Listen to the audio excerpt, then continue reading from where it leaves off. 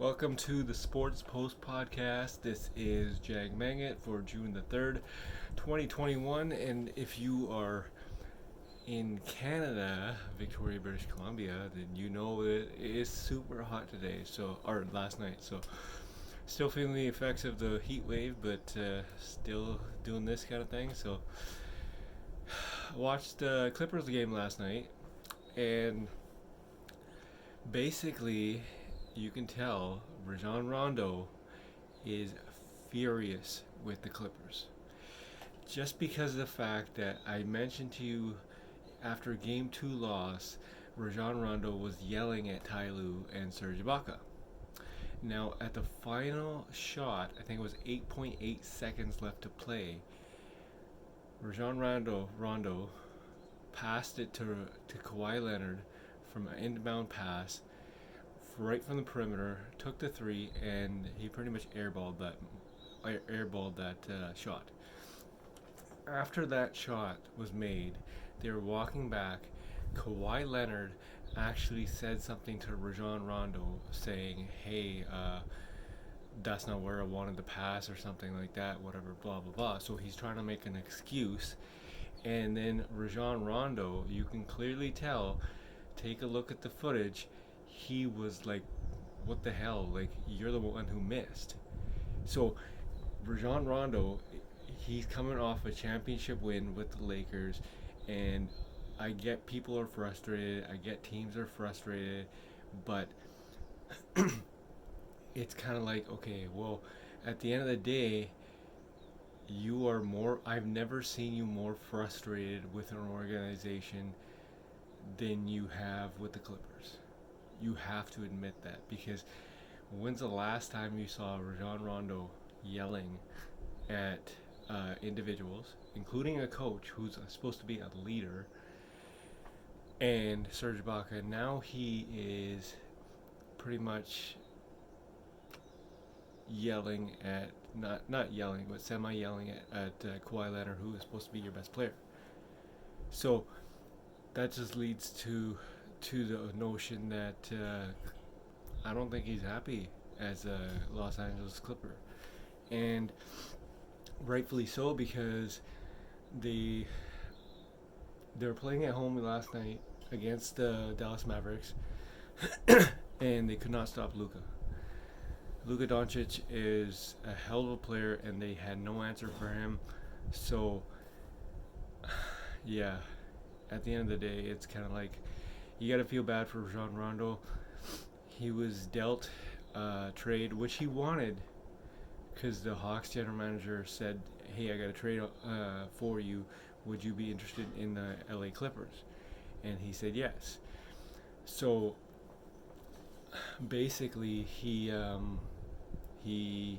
moved into that situation like 2 months ago, and now he is frustrated. You cannot deny the fact, I'm not making this up, you cannot deny the fact that Rajon Rondo is absolutely frustrated with the Clippers roster. And if he had an actual player option, he would guarantee you opt out, because he's not staying with the LA Clippers long term. I don't know how old he is, but I can't see this guy actually staying with this organization after this season, after this very short stint with the LA Clippers so far, because he's got one more year left on the books. So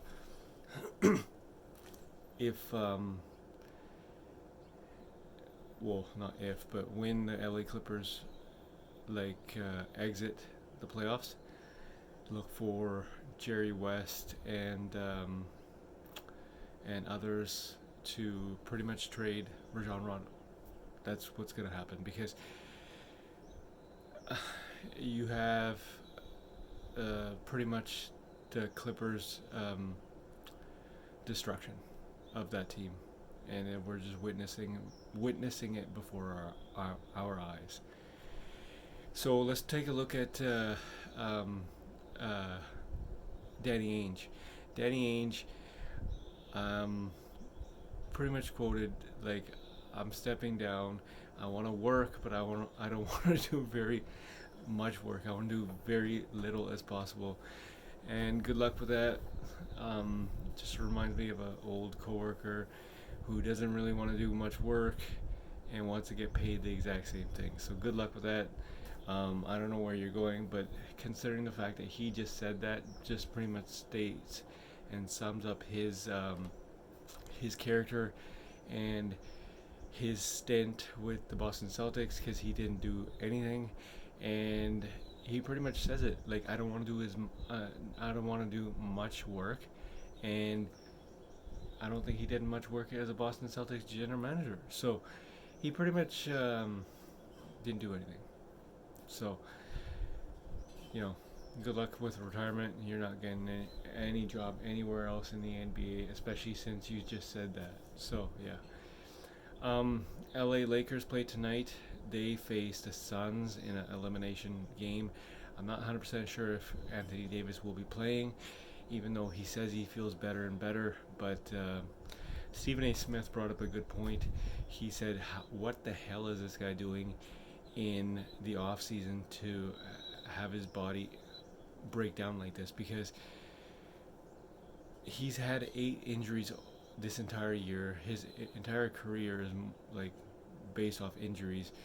So I'm not about to get on Anthony Davis as much, but he's got to take care of his body. Like, I can't see him being having a very longevity of a career, because if you don't take care of your body, you're kind of screwed, especially in the NBA, especially as a center, because you take a lot of physicality in that position. So, Coach K retiring, one hell of a coach in the actual college basketball. New York Knicks, and I didn't see this coming. Trae Young, ice cold Trae Young, just killed it last night, and he pretty much, when he took his last shot, he bowed to the New York crowd, and they all booed him. And later they said to him, they're like, why'd you do that? He said, I'm in New York, there's a bunch of shows here, and you do that when the show is over.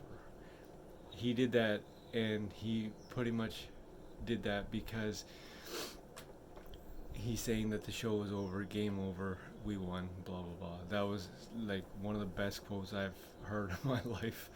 And yeah, pretty much the show is over. Show is over for the Knicks. Knicks have gotten eliminated. They need to do some work in terms of rebuilding and adding some more parts. Julius Randle is not the first option. If you take a look at it against the Hawks in the playoffs, he was absent. He went left every single time. He's very predictable, and he is not your first option. So World Wide West and Leon Rose, general managers and consultants, really need to hone in on the free agent market and trade market, and actually do something that brings them a superstar. Because New York Knicks, as much as they played really well, Julius Randle is not your first option. Let's take a look at the Memphis Grizzlies. They advanced, or so they lost, and Utah Jazz advanced. What else happened? Basically, I'm drawing a blank here. So let's take a look at the NHL. Montreal Canadiens, they took a 1-0 lead against the Winnipeg Jets, and it was 5-3. They scored an empty netter. Jake Evans got clobbered by Scheifele when he did the wraparound. Very dirty hit. Obviously, Jake Evans had his head down, so he did not see that coming. Considering the fact that he had his head down and he took the hit, I just think that's a 100% concussion, and it is what it is. So look for suspensions. You cannot do that, and yeah, it is what it is. Like, you got to feel bad for Jake Evans because that was out of nowhere. Um, Also, what took place last night was the Colorado Avalanche going up against the actual Vegas Golden Knights. They took a 2-0 lead by their win last night. Tonight you have the Islanders taking on Boston. That's tied at one apiece. And you look to Tampa Bay Lightning, who can actually take a 3-0 lead against the Carolina Hurricanes. I never thought I'd see that because I thought Carolina Hurricanes were gonna take it. Obviously, they did not. So another team that advanced was the 76ers. 76ers without Joel Embiid. They took a 4-1 lead against the Washington Wizards. So the 76ers will take on the Hawks. The Brooklyn Nets will take on the Boston Celtics. On the west side, you have the Phoenix Suns taking on the LA Lakers tonight, and you have the Portland Trailblazers taking on Joker and the Nuggets. Both games facing elimination. The Lakers and the Trailblazers are facing elimination, and yeah, it's quite the scene. Utah Jazz advanced. They will take on the winner of the Dallas Mavericks and the LA Clippers. That game is tomorrow night. So, yeah, check it out tonight. This is Jag Mangit for the Sports Post podcast. Make sure you tune in and just know that I said it first. Rajon Rondo is not going to be an LA Clipper next year. Jag Mangit for the Sports Post podcast. This is June 3rd, 2021.